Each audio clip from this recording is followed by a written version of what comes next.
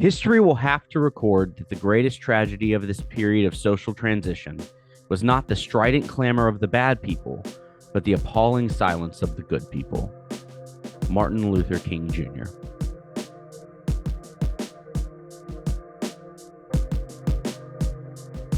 Bending, Not Breaking. Season 7, Episode 3. The Coronation.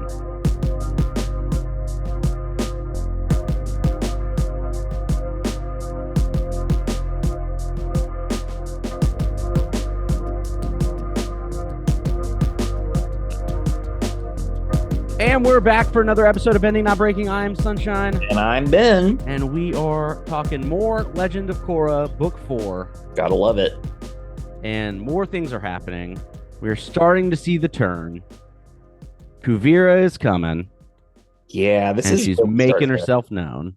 This is where it becomes like overt, I think. You know, in the beginning, we're like, how do we feel about Kuvira? And now I think this episode is really where the audience's opinions of Kuvira start to solidify a bit. Yeah. We have some moral quandaries that are coming up. Just a few. Just a few. Some moments of a fork in the road, if you will. Just a little fork. Just a little divergence. Are you on the side of fascism or But it's interesting and there's a lot to talk about. So I'm excited to jump into it. We're going to look through this episode through a lens of transition. That's right. Talk to me about that. What is that? Yeah, I think at its most basic, transition is going from one state to another. And it can be, you can extrapolate that to many things. That when I think about transition, you know, a lot of what I'm learning in school, we're talking a lot about transitions actually in social work, thinking about specifically transitions over the life cycle.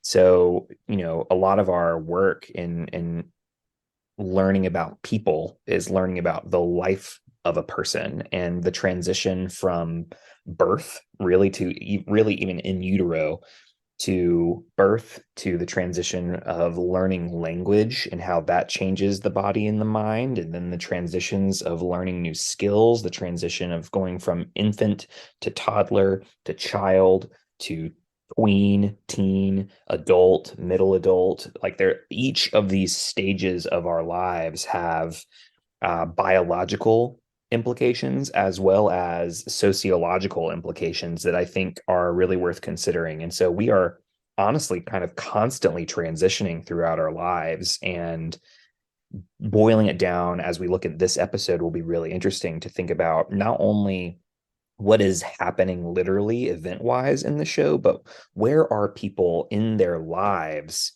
that allow them to see these events differently than other people. And so I think that'll be something we definitely are able to tap into.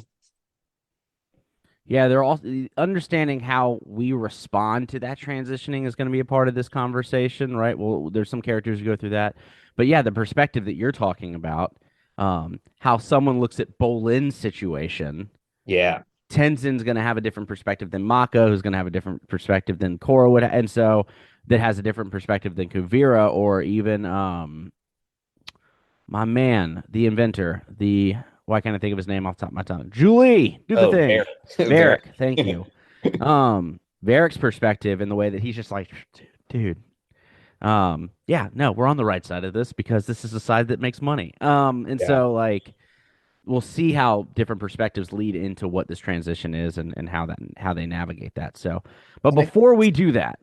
Yeah, well, I was also just before we transition, I think one of the things that I'm thinking about too is going meta a bit, how the audience views it, right? Yeah. When you are a 10-year-old child watching this, you're going to receive this differently because of your transitions in life than, you know, as a 32-year-old like me, or as someone who's older. So I think that it impacts the viewer, it impacts the people interacting in the show. Lots and lots of things are playing a role here. And so let's get into it. 30 seconds on the clock. You have got to Cover everything. Cover everything in a recap. Are you ready? I mean, we'll be fine. On your mark, get set, go. Okay. So the coronation's almost here, and Kuvira has like stolen Prince Wu's suite. Can you believe it? And then there's no real crown jewels that have been left, and there's except for an earring. And so Wu is like, cool. That sucks, but here we go. We're gonna give Kuvira the Kiyoshi medal, which she then Halfway there. crushes, and that's terrible. And then the people are like, cool, that's awesome. And then Sue's pretty mad, and then Mako and Bolin fight about it, and then Wu decides to shop to feel better, and then doesn't read the room, and Mako protects him, and then Korra is Toph's punching bag, and learns Three, the metal's still in two, there, and maybe she's one, producing the Avatarness. zero. There is still metal in Korra. Yeah, that was a big moment. The The big reveal.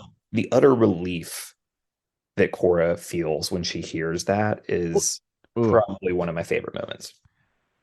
Going through some form of like chronic illness almost can feel like a constant transition. You never get to feel like you are in a place of normality. You're never in a place of like stability. And so it Yeah, almost just feels like a constant transition. And exactly. the idea of getting like a diagnosis that is correct or Yes. that is helpful, um, Yeah.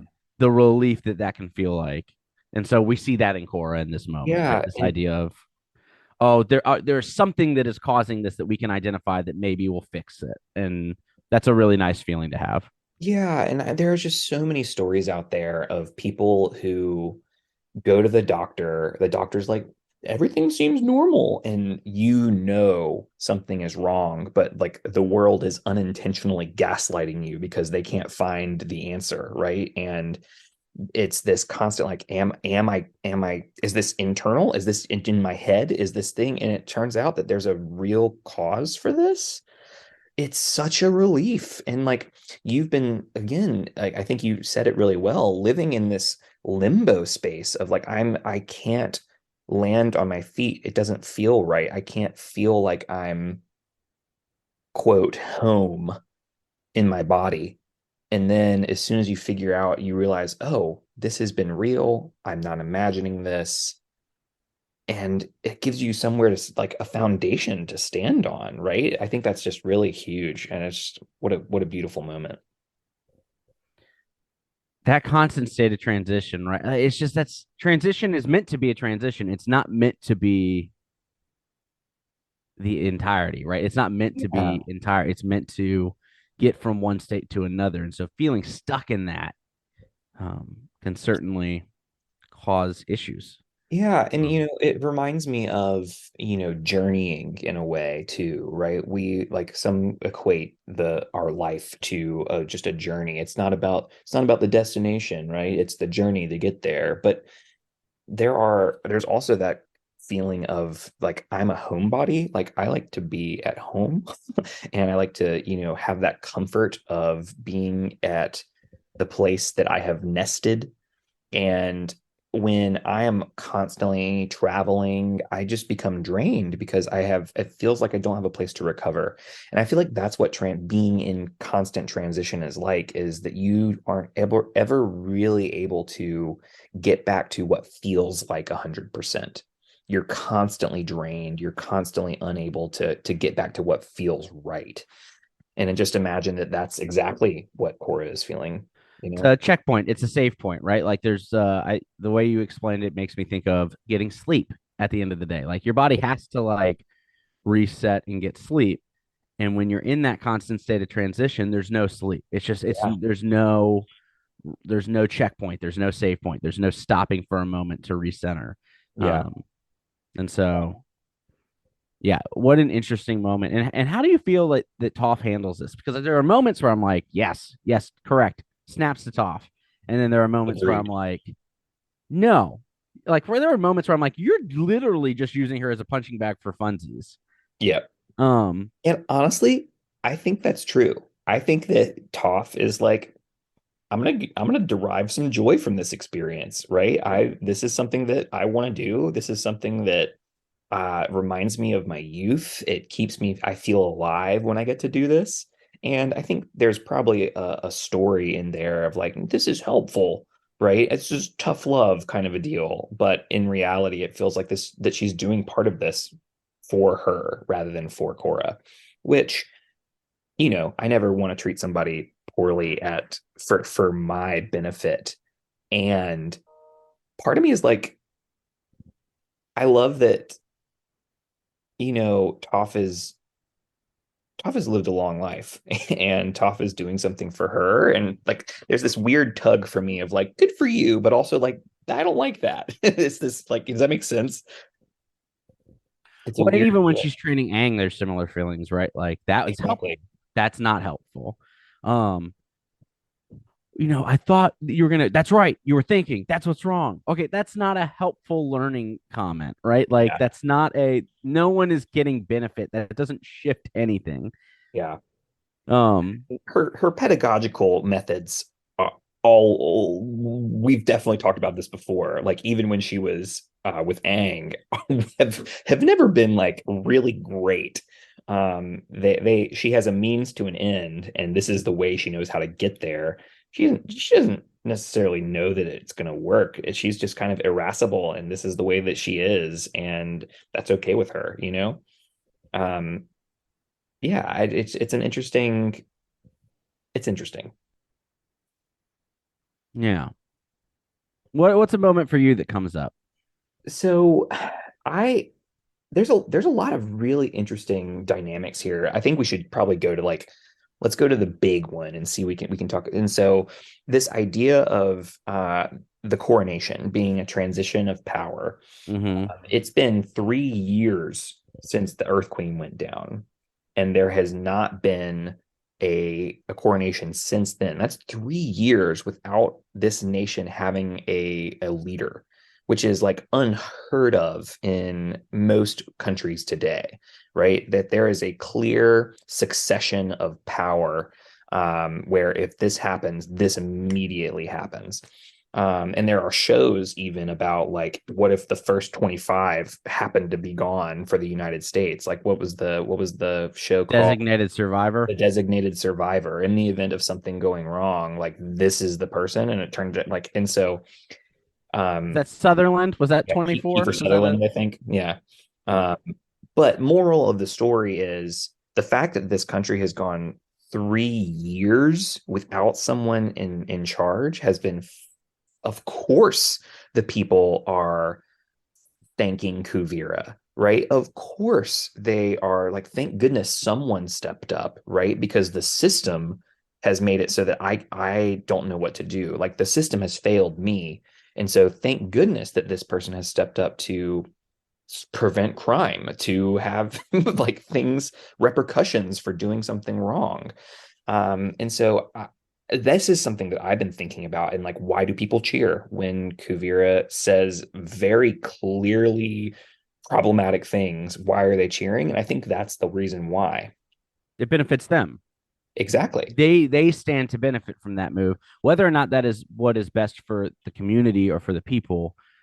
The folks that are there that are cheering for Kuvira are the ones that are standing to benefit from that process. Varric is the answer. Varric is an answer to that, right? Like Varric, who is, I'm going to assume, not very in touch with community, and never really has been Yeah, due to multiple areas of privilege for Varric. Um, no, I feel good about this. The train's coming, and we own the track, and exactly. I'm happy sitting on the train. You should be happy too. Bolin has a different perspective as someone who has grown up on the streets, has a large family in that community that has lived in poverty, has now proximity to wealth and fame and power. Um, and so he's more on the line, but ultimately is still kind of convinced by this manipulation tactic from Kavira of like, don't you believe in the work that we've been doing? Because the work that he's seeing is I give food to people. Exactly. He's not seeing the you don't have a choice, and if you don't do these things, I'm going to kill you and your people, or I'm going to set up blockades to actively harm you. Right? He's not seeing any of that, and even without that context, he's still kind of hesitant to the language and the Exactly. terminology that's being used. But Yeah. it's easily yanked into that because he's still probably got that safety net. Um, So I think that the dynamic here that's most interesting to me is the idea of transition and then what resists that transition. And the idea of resistance is really fascinating because if we think about it internally and go back to the original thing we talked about with Toph and Korra, like Toph talks about how you still have the metal in you. And then when Toph tries to extract it, she's like, "You're resisting me. It wouldn't be so painful if you didn't resist." And I think that's an incredibly important metaphor for us to kind of think about and put that into conversation with this thing with Kuvira, right? Um, this idea of transitions of power, right? Where Kuvira has agreed with President Raiko. They have a verbal agreement that says she's going to step down. And she's been doing this for 3 years now. Things have changed. They haven't had that conversation again. And Wu being like, okay, this is going to go my way. The transition for me is good. But as soon as it starts to not go well for him, he resists it at every turn. And so it's interesting to think about we resist transition when it doesn't benefit us. Or when we feel like it doesn't is not going to benefit us. Correct. Or if there's something that we are under the impression exactly that it will not benefit us. And so thinking about when people resist things, when people push back, when people get defensive, those are indicators that something is in transition, something is changing. How do we identify what the change is that this person is resisting so that we can better address it? And this moment with Kuvira you're talking about with Bolin's like, I don't know, that felt really like I felt uncomfortable by how you handled that. She appeals to his values. She goes straight to, okay, why is he resisting? Why is he not in favor of this transition? And she goes right to the heart of it and says, this seems like a values issue. Do you not believe in the values we've been working on forever? And like, I think that she's so good at diagnosing where that resistance is coming from that she's able to manipulate Bolin really well. And I think that's a helpful thing for us to consider too, is how do we diagnose where that resistance is coming from? Yeah, I don't know. It's a she's good at it. And Yeah. you see that he latches onto that then because then it becomes a morality issue for him, right? We're doing this because Yep. it's right, which then makes it when he gets challenged later so confrontational because now Mako's not just attacking Kuvira, she's attacking his morals by extension. Exactly.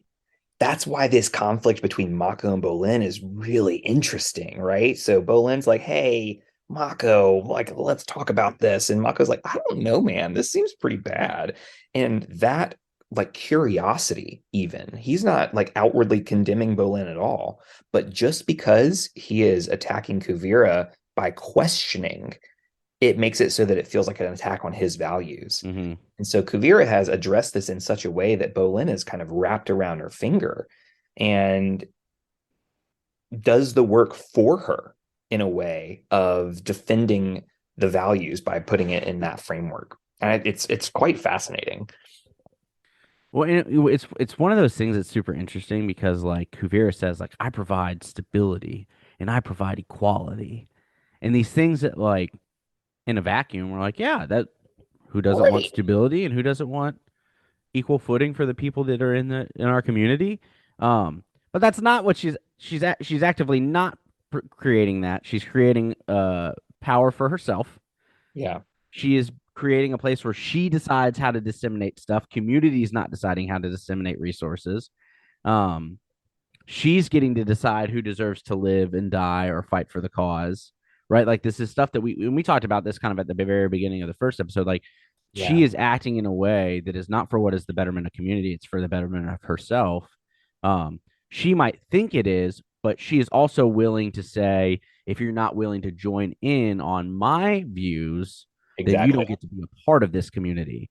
And that's different. And Yeah. that's a different thing. What comes to mind specifically regarding that is this idea of, when she's talking to Bolin, she says, the last thing that I want is for this to come to conflict. But what she doesn't say is that but I'm absolutely willing to go into conflict in order to get what I want. Right? 100%. Right? If anyone crosses me, I'm going to crush them. Right. The like Yeah. So you um can frame it that like, oh, I really don't want this. This is the last thing that I want. But but I was willing to say it on national airwaves that I will do it. I will do it for the sake of the Earth Kingdom, for the Right. sake of what the United Republic that I am trying to create, the greater good. I'm willing to put aside my wants in order to get what I want. Right? It's this really weird saying of like I believe her. I think that she doesn't want conflict. I truly believe that she thinks that. But I think that she's putting such a higher premium on the stability of the Earth Kingdom in her eyes that she's willing to forego her wants and needs and thinks everybody else should do the same thing in order to get this vision that she has for the world, right? It almost creates resentment towards people, i.e., this whole experience with Batar and Sue, right? Where I'm putting aside my wants and needs for the betterment of the Earth Nation. Why aren't you? Right. And I think that's what's causing such conflict between family members, between Sue and Batar. Right. And she does it by convincing. There's certain things that you say that she agrees with, right? Or that at least I agree with as an audience. Yeah, Of like, absolutely. why are we passing power down in a lineage standpoint when that's not necessarily who's going to be the best leader for us and provide us with what we need? Kings and kings being passed down by bloodline ain't working. Let's not do it. Yeah, I can get behind that. Right, like that's easy. Um, but still, the methods of how we achieve that society that she's looking for, she's willing to go violently into the night doing it, and that's just not how it plays. I want to go back to Korra and the metal getting pulled out because I think you lifted it up, and Great there's moment. such an understanding of how hard it is to transition to something new, even if it may be better, but because it's different from where I currently am at. That might feel bad in moments, but like I'm still alive, right? And so that struggle. So like when Toph says, like, you do not want me to pull this out. I don't think that's a conscious decision, but subconsciously, absolutely. We've been in a place like this where it's like, 100%. this is not a good place for you to be. You need to get out of it. And you're like, well, at least the devil I know versus the devil I don't. So like, Yeah. I'm gonna stick with this one. Um, and so I wanted to talk about that a little bit because I think that is a thing that we all do of I don't know what I know versus what I don't know. I'm more comfortable with what I know, and so I'm sticking with it, even if it's harming me. And that's a tough place to get out of. Yeah. The things that I'm thinking about is, you know, in in change, in transition within people, there is often there are stages, right? And when I want to make a change, there's pre-contemplation where this is like subconscious. There's contemplation where I'm like, oh, I'm starting to actually think about this change, right? And then there's action, and there's this like series of steps to actually enacting change, and then relapse is one of them. And so like when we're thinking about this too, Cora has been constantly like in this contemplation stage of I want to get out of the pain that I'm feeling. But really, in terms of what Toph is framing it as and gives us really beautiful insight into is maybe maybe Cora doesn't want to get better because it means she's going to have to re-experience the possibility that she could be hurt again. And I think that that is like a for me when I hear that I'm like, oh crap, like that rings real close to home, and I did not Yeah. want to. And I wonder like that's why Cora hears that and is like, what do you mean? But again, as someone who's going into clinical work, this is so real where people will be called out for behavior, things that they're doing, things that they're resisting, and not realize that they're doing it. And then we can't do the work for people. People have to do the work. The only thing that we can do is say, hey, this is what I see you doing. This is the behavior I see. Like, and I can offer interventions, but you have to do the work of it. And I think that's really interesting for this dynamic and this metaphor that we're trying to utilize here with Toph, is like, I can try to pull it out, but if you don't let me, then I'm not gonna put you through this extreme pain, because it's going to do more harm than good to force you. When you're ready, I will be able to help you, or you can do it yourself. Right. Now, this is the second episode in a row someone has told Korra, like, I can help, I can be supportive, but I can't do it for you. And so that's the second time that point has come in 2 episodes. And so at a certain point, Korra's gotta do that, right? So, but yeah, just a really that whole moment of her, because there's almost like a giddiness or a um this idea that is around maybe putting all her eggs in the basket of, oh, it's all the metal, right? There's a level of excitement. It's like, oh, you found metal in me, great, take it out. That's good. That's it. That's everything that's been wrong with me. And that's not the case. That is just something that is a barrier currently. Huge barrier. But how often do we do that when it comes to times of transition? All right, cool. When I get this, when I get this new job, my happiness will change. When I buy my house, this happiness will change. When I get into a relationship, my happiness level will change. I just got to get through this thing, and so those are the types of things where it's like, like those might be barriers or things that are causing stress and anxiety, and so it's helpful to get them off of your plate. But there's still a level of you've got to do the work to get there. Yes. And like something like shelter, huge anxiety level, right? And so a huge relief of finding shelter. And that is not the only thing that's going to contribute to your mental health long term, but it certainly is a massive one.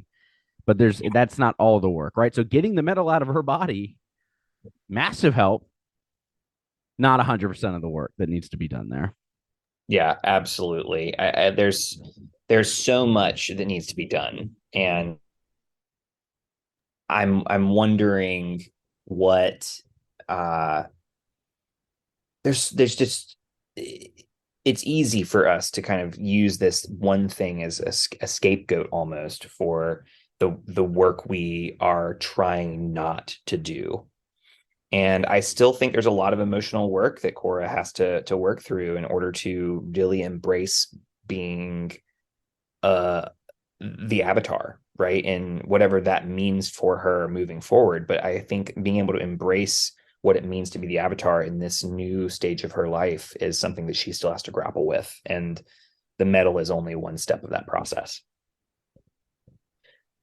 The other character that I want to dive into is Prince Wu, and how he is responding to all of this transition in this moment. And I think it's similar to Korra, maybe holding on to the metal, but how we react when change happens that we are unexpected of, or hey, my entire life has brought me to this moment and been trained for this moment, and now that ain't a thing anymore. So how do I respond? And sometimes that's me going and grabbing a buffet and sitting in a fake throne room to feel like I'm comfortable in this moment, right? They're just running away. But what do you kind of put up for Prince Wu and his reaction to losing the presidential suite, not getting the coronation ceremony he wants, getting ridiculed by someone else, and then everything that you thought your life was going to be is absolutely gone? And so how do we respond to that type of change? Yeah, the thing that comes up for me that I really appreciate is Mako's question. Do you even want to be king? And I think that Prince Wu has like been living this life of like, well, this is just how it's going to be. And there's this moment where he talks about it. He's like, it's not going to be that hard. I have all the advisors do all the work. Like for him, this transition is easy because he's just getting more and more elevated in his eyes. And he's like, everyone loves me. I'm the king and I'm going to be king and I'm great. And I think that when he realizes that and starts to actually question like whether he really wants the responsibility, then he's like, maybe I don't want this, right? And I think that question probably lives with him moving forward. And I think it was really apt and honest of Mako to ask it. But I think that this transition initially is difficult because all of his expectations have been like leading to this moment. Like it's been 3 years, right? He's been waiting for Coronation Day for 3 years. And I like we talked, it was supposed to be a 6 hour ceremony, 6 hours.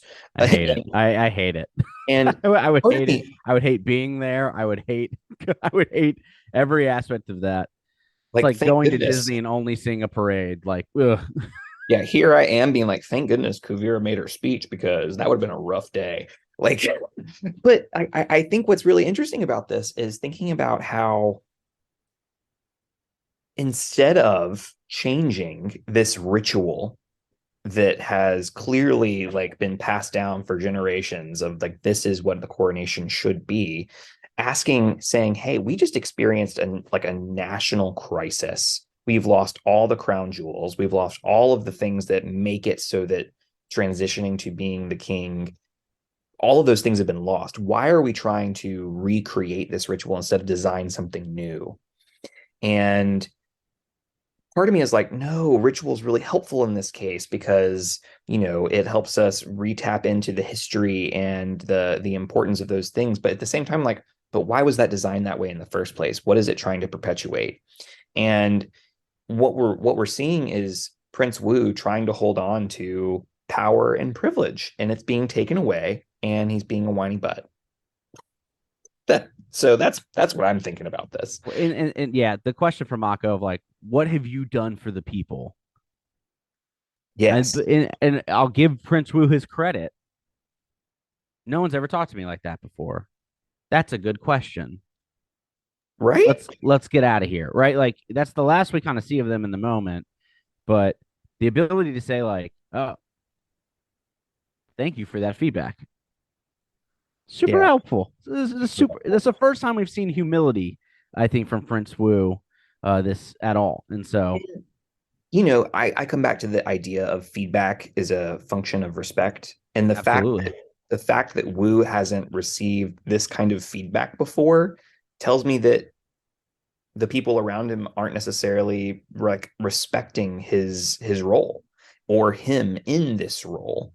And frankly, it's a self-perpetuating cycle because if like you are always like bolstered up through like people just like acquiescing everything you ask for and just doing everything that you say without question, then you're going to continue to act like that's okay. And that's how Wu has been trained, right? And so part of me doesn't judge him for this because if no one has ever spoke to him like this before, then of course he's going to act like the way he's acting.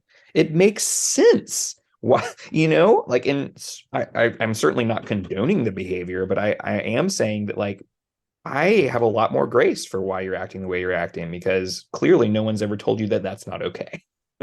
right. How can we transition if we don't know that we need to? How can we make a transition if no one ever tells us and helps us see that the way things currently are is problematic? And I think that's what happens a lot, especially what we see in this episode with Prince Wu.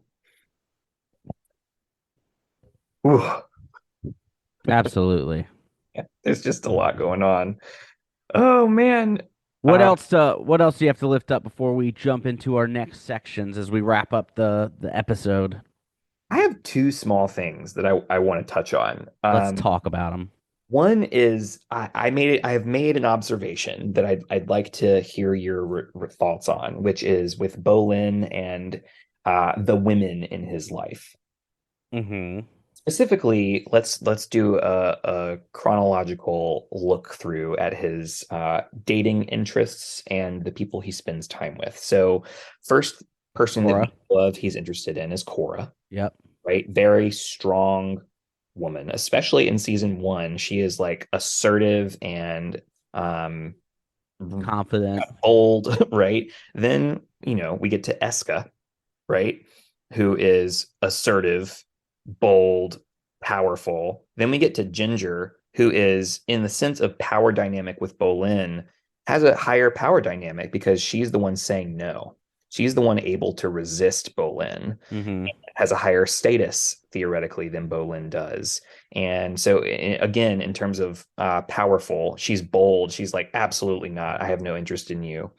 Then, we get to Kuvira, who Well, is, don't I'm not Opal. saying we're romantically involved with Kuvira, Right, but no, but Opal.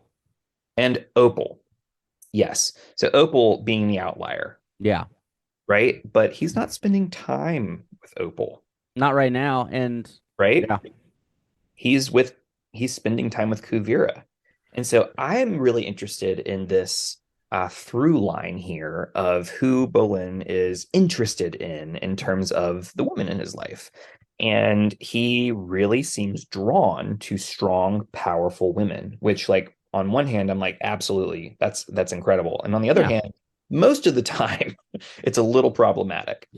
Um, so in the theme of transition, I'm wondering in our own lives, how do we begin to notice patterns around what we do, who we spend time with, um, and start to question those patterns to wonder if transition is needed or if it is something that we want to continue, right? Does that make sense as a question? No, I think it's a great question. And we've said it before in past episodes, and it's been an overarching theme of all the content that we've made through this podcast, awareness and Yes, having an awareness. And so your absolutely. question is, how do we have that awareness? Yeah, Because how the do we awareness is cultivate that, important. How do we right? cultivate it?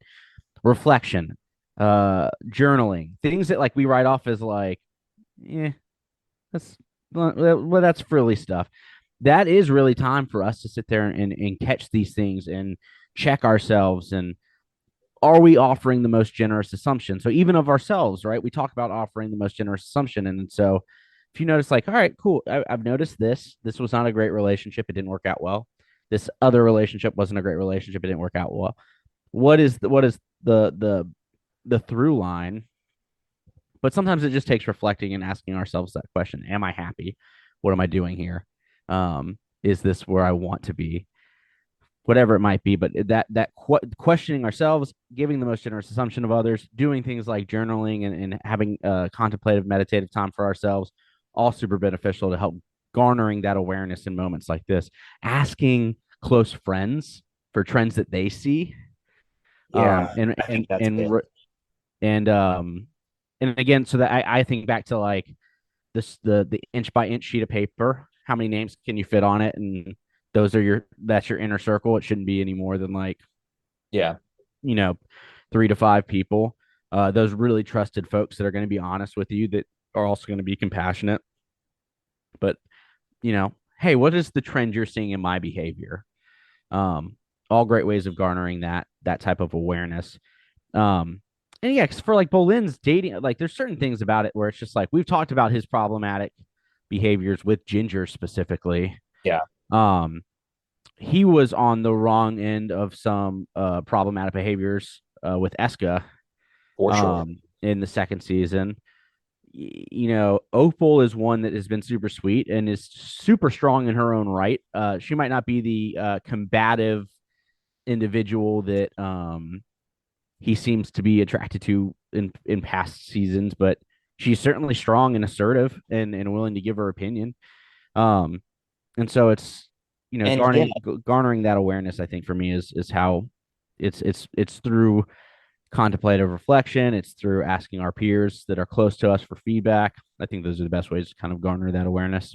Yeah, and yet, even though I find it so interesting, and I don't know if it's indicative of anything, but I find it really interesting that he is in relationship with Opal and yet has made this decision to be with Kuvira, not romantically, but he is still drawn to this in some way. And so I'm finding it really interesting that he and Opal are having struggles because of who he's choosing to spend his time with. So again, there might be something there, there might not be, but I'm noticing a pattern, and I'm wondering if other people in his life are noticing that pattern as well. Well, it's interesting in those times of transitions, for good or for bad, and it doesn't necessarily make someone a bad person, but it is a decision that he's making. Mm-hmm. Um, and it is fair of Opal to say, I don't want to be a part of that decision. It doesn't Absolutely. make you a bad person for making it. Because I try to give Bolin and all the characters the benefit of the doubt. I think he's making the Yeah. decision that he thinks is best for the world. Um, but it's not outside of Opal's perspective to be like, yeah, but I have zero interest in being a part of that, right? Like, you made that choice. That's cool. That's just I think you're wrong, and Yep. I that's not something I'm willing to be in relationship with. I think is super fair.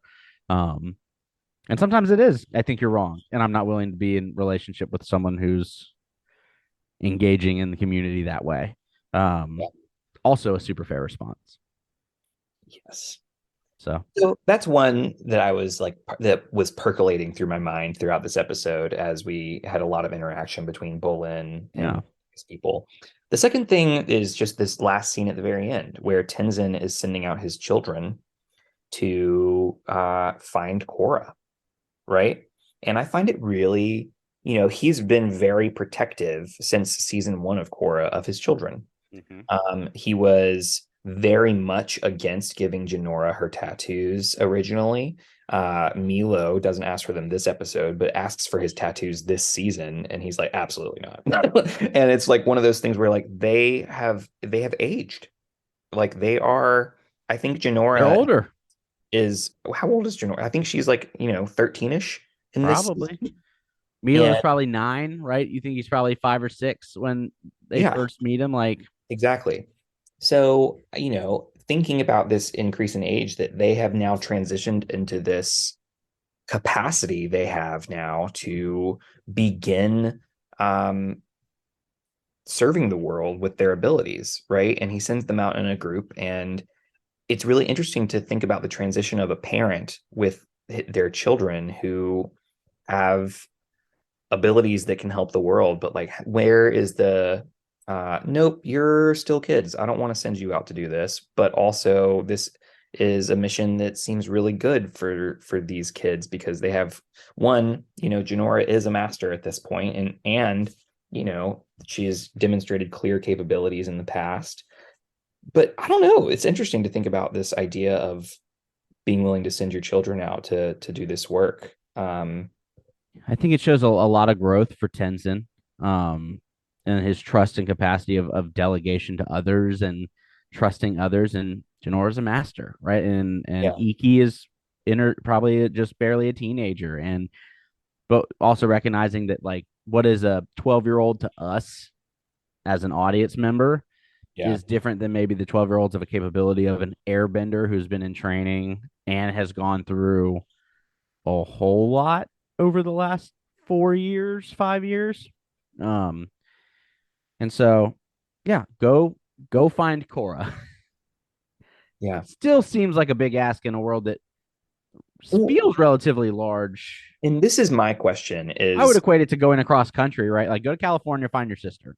yeah, and Like, that's really the question I'm asking is there were a lot of other, if you want to send airbenders, there were a lot of other airbenders that were studying with you 3 years ago that probably have 3 years of experience now, and they've probably learned a lot that are adults. why not Boomy, right? And Yeah, maybe they're all, and maybe it is because we know that the Air Nation is stretched because we get that from Kai and Opal. So maybe they're the only three left. yeah, and it's also what the other reason that I think they probably sent Janora particularly is we know that she has a spiritual connection with Korra and has been able to find her in the past. And I Yeah. think that has a lot to do with it as well. I think my move would be if I was planning Air Nation strategy, if you've got these little pair duos going around, is putting Icky and Milo in a pair with other people and then pulling those like maybe more senior members to go with Janora would have been my move. Yeah. So like Janora and Boomy, you go, Yeah. and then Iki, you fill in for Boomy, and Milo, you fill in for Hmm. Kai, whatever it Yeah. might be. But I don't know. And I guess like I again, I am not a parent, but this idea of when do I start asking my children to do hard things, you know? I don't know. Don't ask me that in 10 years when I maybe have a child because I don't know that answer. Like like because my philosophy is probably going to be very different than my praxis. But my philosophy is like, we gotta let people make mistakes. When I was working with teens, like it was like, okay, I'm gonna work. They wanted to do something. I'm like, I don't think that's gonna work. We want to do it anyway. Okay, I'll walk with you along the way, and we'll figure it out as it goes. And it crashes and burns, and I'm like, okay, we learned. And like I'm all about that. But at the same time, like the protection and protective nature that I would probably have if this were my child is something that I'd probably have to wrestle with. And I guess it seems like Tenzin has done a lot of wrestling over the past couple years that I was just like impressed that he was willing to send his children. Yeah.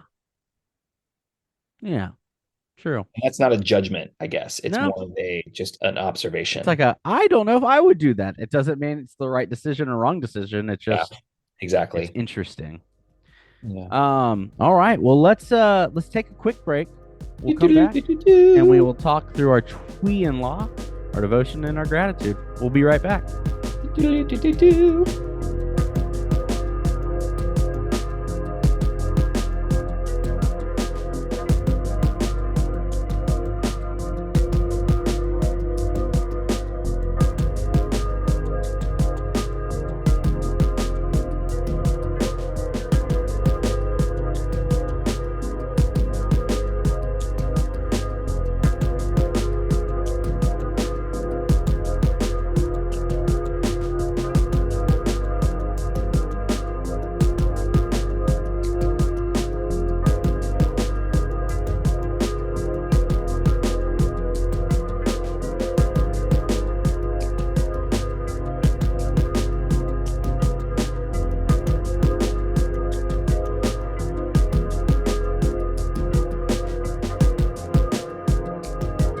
And we are back from our little break, jumping straight into what is pushing us away and pulling us into this specific episode. Again, it doesn't have to be something story-wise or something within the lens. It can just be anything. And so, what is pulling you into this episode, Ben?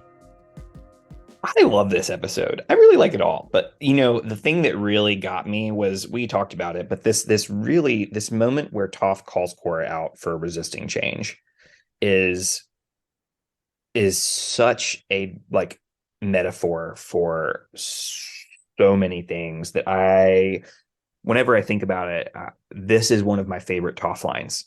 Period. Is this moment where and it goes by so fast, but this is a big moment for me that I really love. That's pulls me right in. I agree. That was my exact same moment. The stuff that does happen in the swamp, I think, is a really good part of this episode and drives a lot of the themes forward. And so, big fan of that. What pushes me away is how similar the language Kuvira and her team uses, and how accurately it represents Western culture. Yeah. Because it is dead on. I provide stability. We're bringing freedom to people, and you're just like, she calls it an empire. Like Yep. she calls it an empire, and they're still like, yeah, no, we're bringing freedom to people by conquering them. You're like, Yeah. I need you to see how weird that is. So yeah, that's the push away is like, which is also pulling. It's cheating because it's kind of a pull-in as well. Like, I love when cartoons actually form nice critiques around things, and Exactly. it's doing that. But yeah, Double-edged that's a moment. sword of like this is too close to home, but also like I love how close to home it is. Correct. Yeah. What Yeah. pushes you away? Yeah, we didn't really talk about this, but there's this moment where Prince Wu recognizes the work that Kuvira has done for the Earth Nation and offers her the Kiyoshi Medal of freedom, I think it is. And Kuvira just like this Earth Nation relic that is symbolizing so much. She just like crushes it with her earth or her metal bending. And I am torn because at once I am like, this is a symbol of, monarchy. This is something that is really problematic.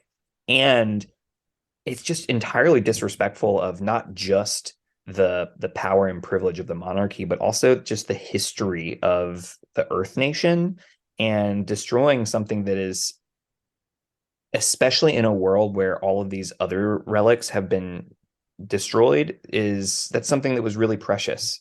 And I was really put off by the callousness of just destroying another relic in when there are so few left. Yeah. Right? Mm-hmm. Is that, you know what I mean? Like, it just felt Oh. icky to me. Oh yeah, I get it. I get it. What about you? Yeah, mine was the push Oh, you away already from did. the. That's right. That's right. That's right. But yeah, it's no, I when the culture behind those pieces, to see them just destroyed, but I think it's metaphorical for what she's doing, right? Like, Exactly. Yeah. I don't care about these. This isn't the societal norms that I'm looking for. So yeah, no, it's done. We're over it. Um, let's jump straight in. The devotion that we're going to think of, our practice for this week, is through the element of earth, and it is through the lens of transition. And your questioning around how do we garner awareness has made me think of mine. So I'm cheating, but mine is going to be to journal this week. That is a grounding practice to me. That is one that I think really will um, that helps navigate some transitions. It's nice to know where we are and have an awareness of that, so that when we engage in those transitions, we engage in the way that we want to show up, right? So I think that's probably one of the things we didn't talk about, is the way we set ourselves up for transitions allows us to engage in those things with the people that we are engaging in those things with well. And that's a goal of mine, right? Not to snap at people, um not to be callous with other folks, but to really be able to be through transition, whatever that may be, however hard that may be, doing that with humility, grace, understanding, I think is important. So journaling is going to be mine this week. I'm here for it. I love it. Yeah. What about you? Yeah, the metaphor that came to my mind when thinking about Earth is uh transition points are is another way of saying that these are like more vulnerable points for people. Because it's the easiest thing for me is like when in our teen years, this is a huge transition from child to adult, and it's a very vulnerable period because at once you are being asked to do more adult things, and at the same time you're being treated like a child. And what happens is it's more vulnerable because we are more likely to get hurt, right? And because we're still learning what it means to be an adult, we're more likely to make mistakes, we're more likely to do things. And I think about learning to walk is another example. Like, I'm more likely to fall while I'm transitioning, like while I'm learning to fall, like to walk, I'm going to fall more often. And I think Earth is, when it is malleable enough to transition into a new shape, it means that it is malleable, it is shapeable, it is subject to the power of other forces. And I am like, how do I balance this desire for flexibility with also this desire for stasis and this like ability to be set? And what I'm realizing is that I am having to relinquish some power in order to embrace change, and really release control, really. And so I guess I my goal is I want to be more open to change. Like, I want to release some of the things that I have been controlling in my life so that I can start to do the things that I want to do more of. Like, do I really, like, I've been grappling with like whether I want to have a partner for a long time, and what am I willing to change in order to have a new lifestyle that will accommodate that? Or I want to work out more. What do I need to change and release and be more vulnerable with in order to allow that change? And so I am going to have to do some thinking around what am I willing to give up? Yeah. And that's what I'm going to be thinking about this week. That was a long way of saying I need to think about it. But what an important thing to do, because I think there is an understanding of like, if you want something, there's a chance that you're going to have to shift things to get it. Yeah. There's only so many hours in a day. There's only so many things you can do, and if you want to make time for something else, then you're gonna have to lose time somewhere. And it's a great Um, example of this problem, right? Like I have I have metal in my body that I'm trying to get rid of, but I'm like, but I don't want to get rid of it because I like the way things are, right? Like, yeah, and you know what I mean? That's what's going on. And I'm like, yeah, okay, how do I get rid of this metal? And what do I need to be willing to do in order to make that happen? absolutely. Well, let's jump into gratitude. Who is the character from this episode that you are grateful for? Who's one that you want to lift up some gratitude for? I am not often grateful for this character, but I am in this episode, and that is Mako. Yeah, dang Like, it, that's so good. It should have been mine. I like Mako is awesome in this Yeah, episode. He's got a level head on his shoulders. He asks great questions. He is really like curious and kind with Bolin. He asks this really he provides feedback to Prince Wu, and like I'm just like all for Mako in this episode. Like Mako in this episode as a silo, I'm like Mako's great. What's everybody's problem? And I think it goes to show that like Mako has grown a lot um in this time period, and I'm here for it. yeah. Mako is definitely the star character of this last episode. I think from that aspect of things. I'm gonna give mine to Toph. I'm gonna give mine to Toph. Yeah, She does not have to help in any way, shape, or form. And she does, or she at least tries to. Um, and so yeah, she's trying to help. Now there might be some ulterior motives in it, but um, I think being willing to pull metal out of someone to help out is something that I'm grateful for, and ultimately I think for us as an audience, when characters kind of return in meaningful ways, um, there is a joy of that connection that comes back. I don't need it every episode. This isn't the MCU. One of my complaints about the yeah, MCU right now is that like you feel like you got to connect everything. Like just chill, like just tell a good story and like chill. I'm fine with it. You don't always have to bring back that character from 3 movies ago. Like that doesn't have to happen. But in in yeah. this moment, I think it works. And so yeah, my gratitude goes to Toph.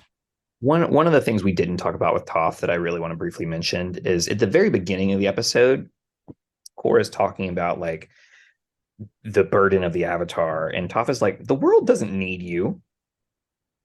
And there's something really cynical about that, but also something that's really true about that. I've been doing a little bit of research into the TTRPG Avatar Legends, and Mm-hmm. it's been really neat to kind of dive into some of the scenarios that are happening because what it's doing is it's inserting stories of people resisting and doing good and creating balance for the world that isn't the Avatar, right? And what it's illustrating is that people are going to continue to do good and resist oppression, even if the Avatar is not. And I think that there's this historical and cultural story that it must be the Avatar or else that has created this burden for this person that Toph is saying, you do you. You're a human. You deserve to make this choice. You have the option to not do anything. And it really is really beautiful that I love the freedom that that's offering Korra as an option of like you don't have to do this. You are your own person, and I thought that was really beautiful. And I think that's another reason I'm grateful for Toph. There's something insanely powerful about the understanding of like you do not have to be Superman to make positive change. You do not have to be the Avatar to make positive change. Yes. Um, and I think that's important for us to know. Sometimes, like, who are we? I'm not a politician. I'm not a change. I'm not writing policies, and I'm not. Yeah. I'm not extraordinary. Right. I don't have the money to do. It's like there's still positive change that you can do in the world. Absolutely. So yeah. Thank you, Toph, for giving us that lesson. Yeah. Look at you, Toph. Well done. Yeah. Well, this has been another great episode. You can find us on all the places. TikTok, Instagram, Twitter, all the fun stuff as we continue our final season of Bending Not Breaking. A few episodes left, more than a few. We've got probably 10 left. So, some great guests on their way to join us. But thank you for being along for the ride. You can also find us on Patreon if you want some bonus content for a little bit. There's some stuff there, some blog posts that are being written. We do live episodes all the things once a month. So there's a lot of cool stuff on there. Go check out our Patreon as well. I'm Sunshine Mayfield. I'm Ben Pruitt. And this has been Bending Not Breaking. Thank you for listening.